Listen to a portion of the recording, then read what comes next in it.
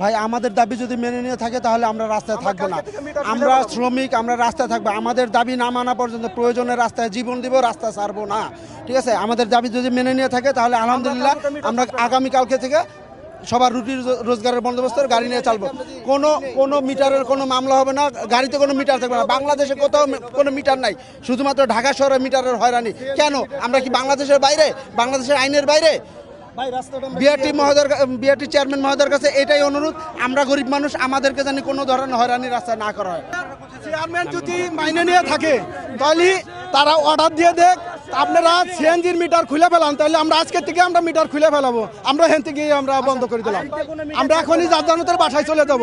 এখন বলে দেখ আপনারা সিএনজির গাড়িতে যত মিটার আছে আপনারা খুলে ফেলান, তাহলে আমরা আলহামদুলিল্লাহ আমরা মেনে গেলাম। আমাদের উদ্দেশ্য হলো ঢাকা মহানগরে 16,000 মেট্রো সিএনজি ছাড়া অন্য কোনো গাড়িতে মিটার নাই।